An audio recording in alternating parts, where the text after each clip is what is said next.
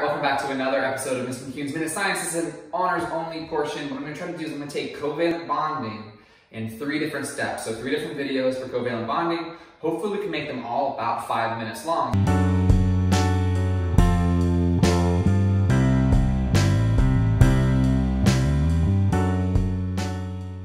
Covalent bonding is the sharing of electrons. This is going to be the first definition you write on your page, the sharing of electrons. So far, we've done ionic bonding, which is the complete transfer of electrons. Hey, I got some extras.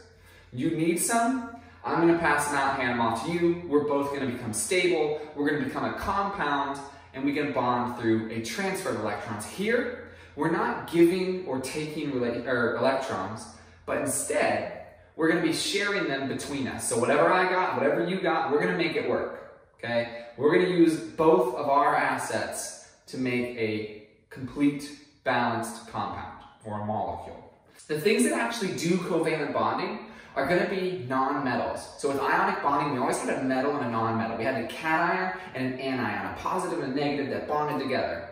Well, here, with covalence, we use 2 non-metals. Here's our first example, and the first step of any covalent bond is to figure out how many electrons you're working with. So we look at PCl3. The elements that comprise this molecule are phosphorus and chlorine.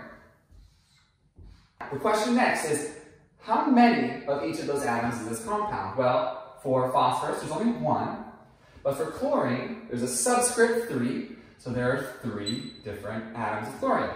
What group are they all in? Phosphorus, if I look at my periodic table, is going to be in group 5A. And if I look at chlorine, I know it's a halogen, I know it's really reactive with ionic bonds, it's in group 7A.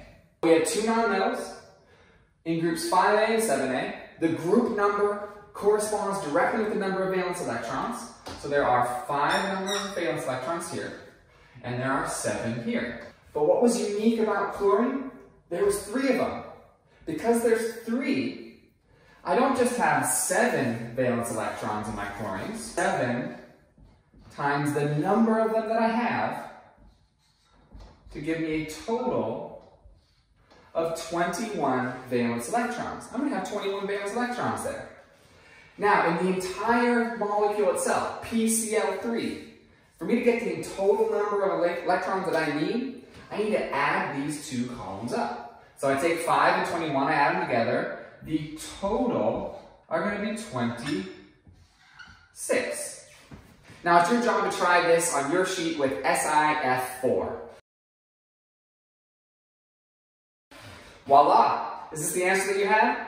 I hope so. Good. Now we can carry on. We can start actually mapping these things out and drawing the covalent bonds and the sharing of electrons between each of the atoms. It's time to draw this molecule. So we have PCl3.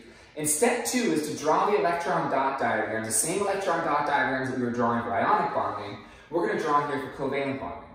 The thing you need to focus on is which atom is going to be your central atom. Because all of these things are shaped molecules. They're going to have either bent appearances, they're going to be linear, they're going to be trigonal. There's going to be one or multiple central atoms. And the way to identify which one's central is the atom that has fewer numbers to it. The one with the smaller subscript. Here we have phosphorus only having 1 atom, and chlorine having 3. So phosphorus is going to wind up being our central atom.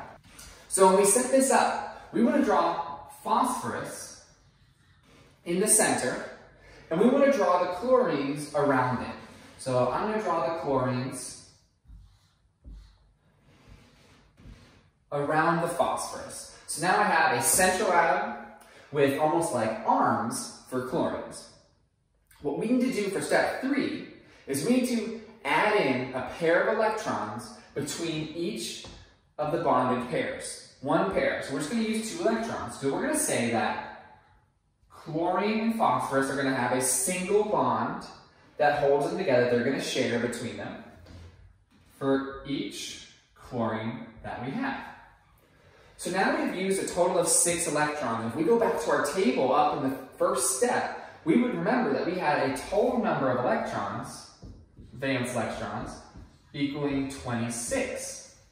So we had 26 total electrons. Well, we've only used 6. We've got 20 more to distribute. So now what we're going to focus on is we're going to start giving off these electrons to every single element that still needs to achieve an octet. So I'm going to start filling in the rest of my electrons. So I know chlorine needs a full octet.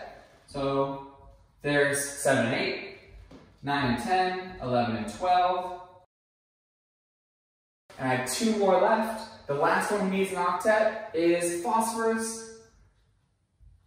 And it has that lone pair on top. So now we've successfully covalently bonded where this pair of electrons, this pair of electrons, and this pair of electrons were all being shared between the phosphorus and the chloride.